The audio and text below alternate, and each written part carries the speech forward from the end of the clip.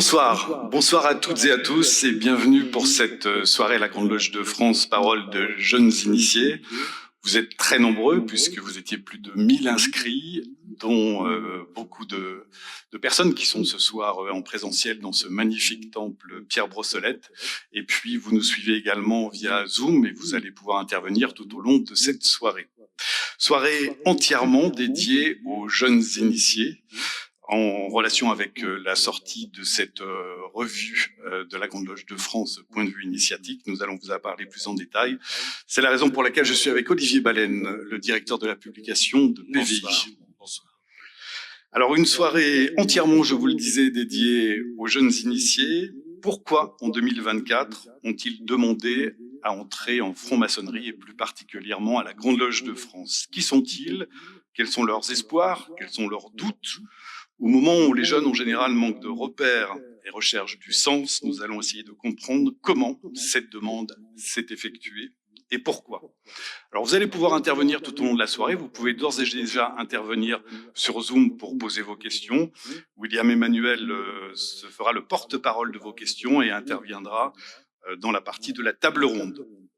Merci, je le rappelle encore, des tableaux portables pour ceux qui sont dans ce magnifique temple Pierre Brossolette pour éviter les interférences. Alors, un programme très riche ce soir, je vous le disais, avec en premier lieu l'intervention du grand maître de la Grande Loge de France, Thierry Zaveroni, dans quelques instants. Ensuite, Olivier Baleine, le directeur de la publication de PVI, nous racontera pourquoi cette soirée et surtout pourquoi la sortie de ce numéro spécial. Nous accueillerons Pascal Lardelier, professeur d'université, anthropologue, qui nous parlera de la voie de l'initiation, un parcours de vie. Un travail qu'il a réalisé sur la base des 30 témoignages que l'on peut retrouver dans cette revue PVI, 30 témoignages de jeunes initiés, et il nous partagera sa réflexion après l'analyse de ces témoignages. Nous enchaînerons par une table ronde. Olivier, tu peux nous en parler? Et oui, bien entendu, puisque le but de la soirée, c'est de pouvoir communiquer, d'échanger, d'avoir des témoignages avec ces jeunes initiés de la Grande Loge de France qui sont arrivés dans la démarche initiatique il y a peu de temps, même s'ils l'ont parfois préparé depuis longtemps. Ils sont venus de différents endroits de la France, puisqu'il y en a de Lille et il y en a de Marseille, et des Parisiens, bien entendu. Et donc, vous les retrouverez tout à l'heure, ils vont vous faire part de leur expérience. Écoutez-les bien et vous pourrez les questionner directement. Et puis cette soirée sera agrémentée de musique, puisque la joie sera dans les cœurs, par le Fraterni Jazz Band qui se trouve juste à côté de moi avec Arthur, Daniel, Adrien que on va retrouver tout au long de la soirée. Voilà, je vous le disais, un programme riche que je vous propose de commencer immédiatement en accueillant le grand maître de la Grande Loge de France, Thierry Zaveroni.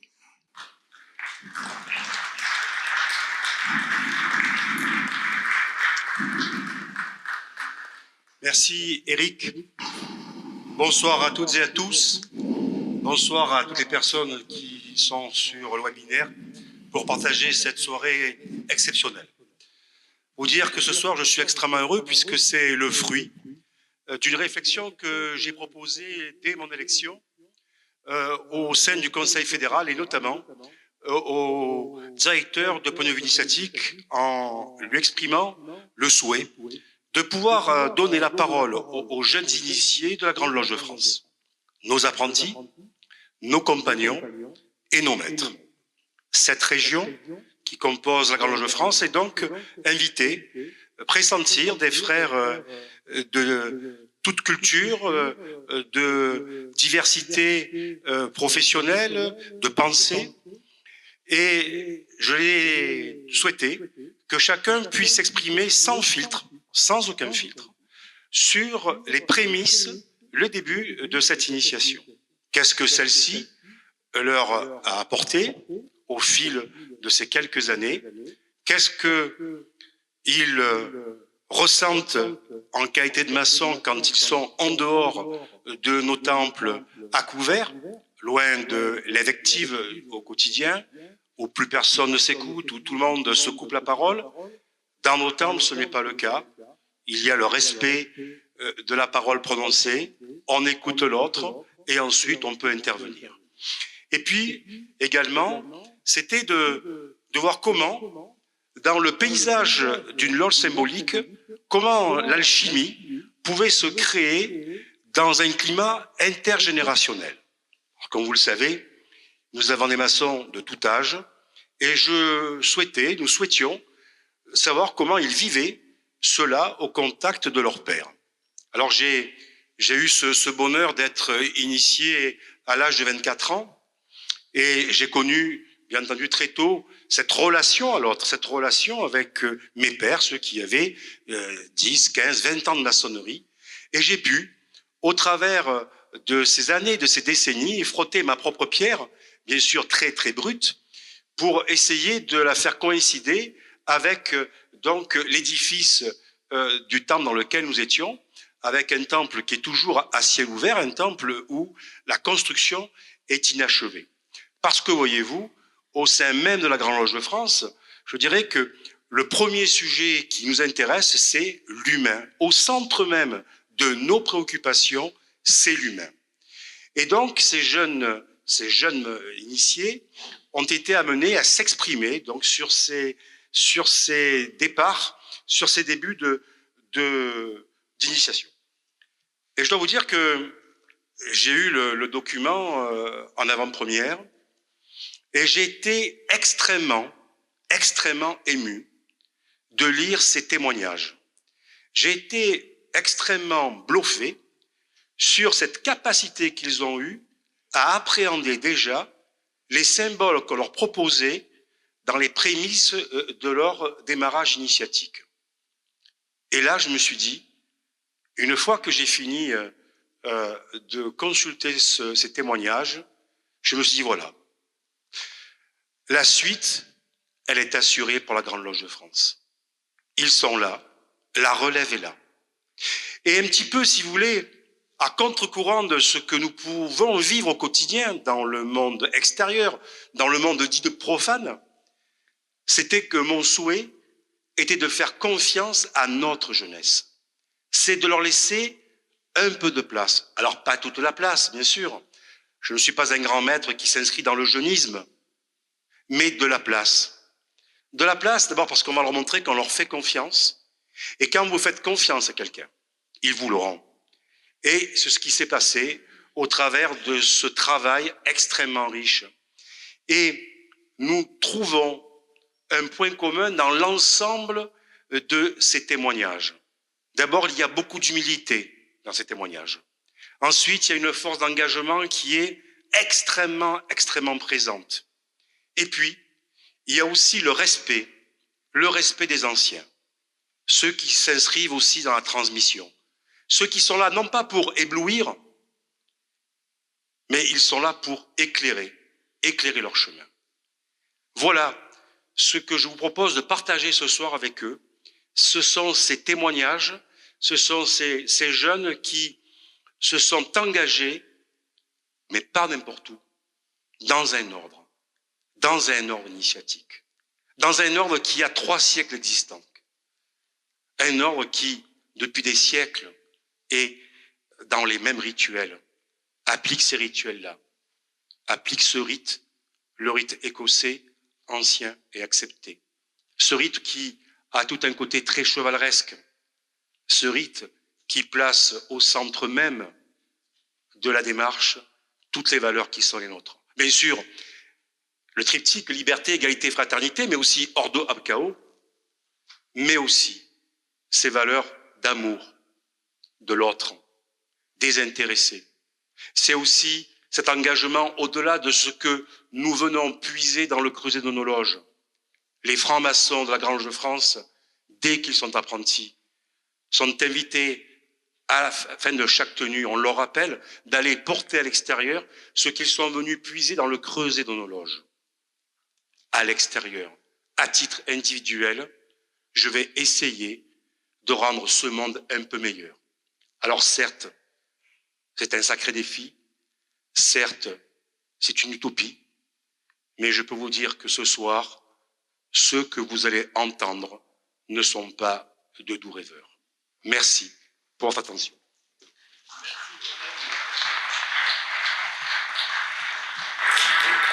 Merci, grand maître. On aura l'occasion de vous retrouver tout au long de la soirée, et notamment au moment des questions sur lesquelles vous pourrez intervenir via Zoom et puis en direct dans la salle. Olivier Baleine, directeur de la publication de BVI. Pourquoi ce numéro spécial?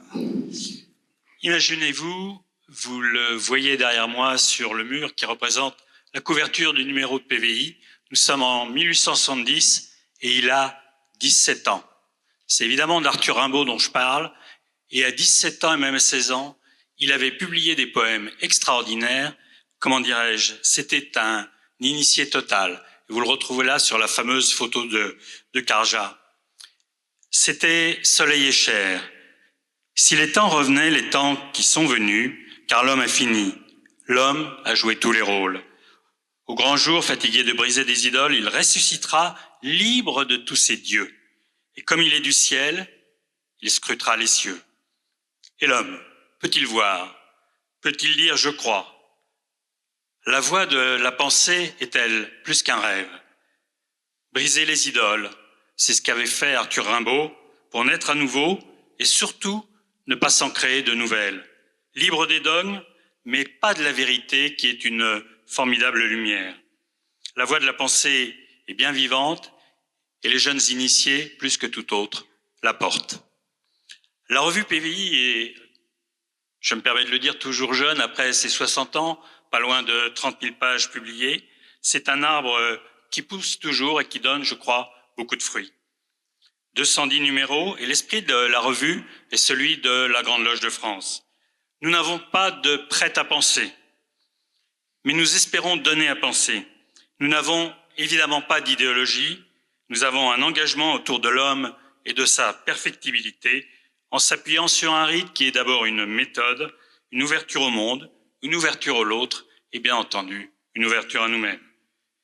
Vous aurez dans la revue le regard de Masson, bien entendu, leur réflexion et la manière dont ils relient la démarche initiatique à leur expérience dans le monde, car évidemment elle ne prend sens que si les deux sont ensemble. La revue est ancrée sur les valeurs d'humanisme, de tradition, de spiritualité. Il s'agit de questionner, d'interroger, de douter bien entendu pour avancer, et ce que nous essayons de faire ce soir, de partager. Il s'agit de faire sens avec le pourquoi. Les thèmes des derniers numéros, je vous les donne, ça vous donnera une idée. Nous avons travaillé sur tradition et modernité, sur la pensée et l'action, le spirituel et le temporel, et puis aussi l'année dernière sur la nature, et nous avons fait un numéro sur l'humour. Alors ce numéro est une première, comme l'indiquait Thierry Zaveroni, le grand maître de la Grande Loge de France, et à ma connaissance, aucune autre revue n'avait procédé comme ça pour donner la parole aux jeunes initiés. Or, quand ils arrivent, vous le savez sans doute, ils sont dans le silence, qui n'est pas tant un silence imposé que le silence de leur intériorité pour la découverte d'eux-mêmes. Ils viennent de frapper à la porte, ils viennent d'entrer. C'est ce silence qui fonde la parole à venir, et ce numéro est le temps de leur parole. Il a été construit, ce numéro, pour faire le pendant d'un numéro qui était sorti il y a quelques années, où souvent on donne la parole aux grands maîtres. Je vous engage à lire la parole des grands maîtres, mais tout aussi signifiante que cette parole-là, la parole des jeunes initiés. Pour vous donner une idée des sujets que l'on a traités, ils sont sur deux types de thématiques. Des thématiques plus spécifiques, qu'on va qualifier de symboliques, d'initiatiques, et puis toutes les thématiques du vécu, de l'expérience sur lesquelles ils reviendront tout à l'heure. Quelques exemples de titres d'articles.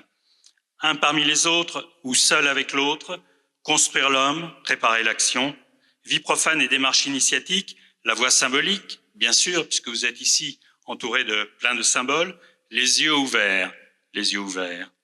Entrer, rester, passer de la curiosité à l'enthousiasme, connais-toi toi-même, bien entendu, s'inscrire dans un ordre, et puis la thématique que vous avez entendue de tradition et de modernité. Je voudrais vous donner un extrait dans un article qui s'appelait « Vivre les yeux ouverts ». C'est un extrait de Christophe, et vous aurez vu que dans ce numéro, il n'y a pas de nom, il n'y a que des prénoms. Écoutez, je me méfie des endroits où on trouve la vérité. J'ai finalement compris que je ne souhaite que la chercher dans cette vie pleine à craquer comme un œuf. avec ses contradictions qui tendent l'existence tel un fil prêt à rompre. Trouvez le fil, au moins tentez de le suivre. Et vivre chaque jour sans rien en retirer. Me voilà aujourd'hui presque un nouveau-né. Un nouveau-né, les yeux écarquillés, grands ouverts, sans pour autant voir distinctement. Aidé, entouré, accueilli par ceux qui ont commencé à chercher bien avant moi et qui continuent. Des courageux, des braves, des héros anonymes, sans tambour ni trompette. Voilà la parole des jeunes initiés. Alors comment est-ce que ça se passe en loge? L'ancien, il y en a quelques-uns ici à semer, c'est aux jeunes initiés de récolter et puis un jour, à son tour, de semer pour les prochaines récoltes bien attendues. Et puis, on a coutume de dire que les anciens ont des choses à apprendre aux jeunes. Le contraire est tout aussi vrai. Un jeune qui entre en loge a énormément à apprendre aux anciens. Pourquoi? Parce que vous tous, vous nous reliez au présent. C'est une affaire de lien. Celui qui a, disons, 30, 40 ans de maçonnerie, il y en a. Certes, il a approfondi toute la thématique. Certes, il a été peut-être au fond de lui-même. Mais sa connexion au monde contemporain n'est pas exactement la même. Les jeunes initiés relèvent le défi de penser et d'agir, le défi d'être, en étant soi-même pleinement et tous ensemble. L'espérance les anime et ils fondent l'avenir. Alors, puisque vous êtes tous jeunes, que nous sommes tous jeunes, pardon, je vais vous proposer en guise de conclusion la recette de l'immortalité. Simple et garantie. Et c'est celle que nous propose Umberto Eco. Celui qui ne lit pas aura, à 70 ans, vécu une seule vie. Celui qui lit, je n'ose pas dire point de vue initiatique, en aura vécu au moins 5000. C'est l'histoire de Caïn qui tue Abel, des amants de Vérone, tant d'autres récits. La lecture est une immortalité à rebours. Et contrairement à la bibliothèque interdite d'accès du nom de la rose, PVI n'est pas dans les interdits, PVI n'est pas un index, et vous ne vous empoisonnerez pas en tournant les pages. Est-ce qu'on doit rappeler que ce fameux livre empoisonné portait sur le rire? Lisez donc le numéro 210 de Point de vue initiatique. Je suis désolé de ce cliché publicitaire, bien entendu, qui est 100% jeunes initiés. Merci à toutes, merci à tous. Merci Olivier Baleine.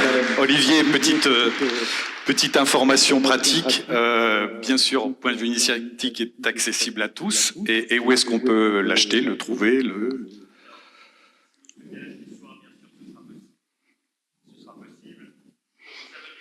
Initiatique, c'est extrêmement simple. Nous publions 4 numéros par an. Chaque numéro fait 120 pages. Et vous pouvez vous abonner sur le site de la Grande Loge de France, grandelogedefrance.org. Ça vous prend, allez, 5 minutes. Mais comme je sais qu'il y a quelques geeks parmi vous tous, je dirais plutôt 4 minutes. Et puis, on aura un gigantesque projet, mais je vous en glisserai peut-être un mot tout à l'heure, puisque cette année, je pense d'ici 4 mois, nous aurons, et c'est très important, la totalité de la mémoire de Point de vue initiatique, les dizaines de milliers de pages, tous les numéros en ligne, et ce sera pour les abonnés.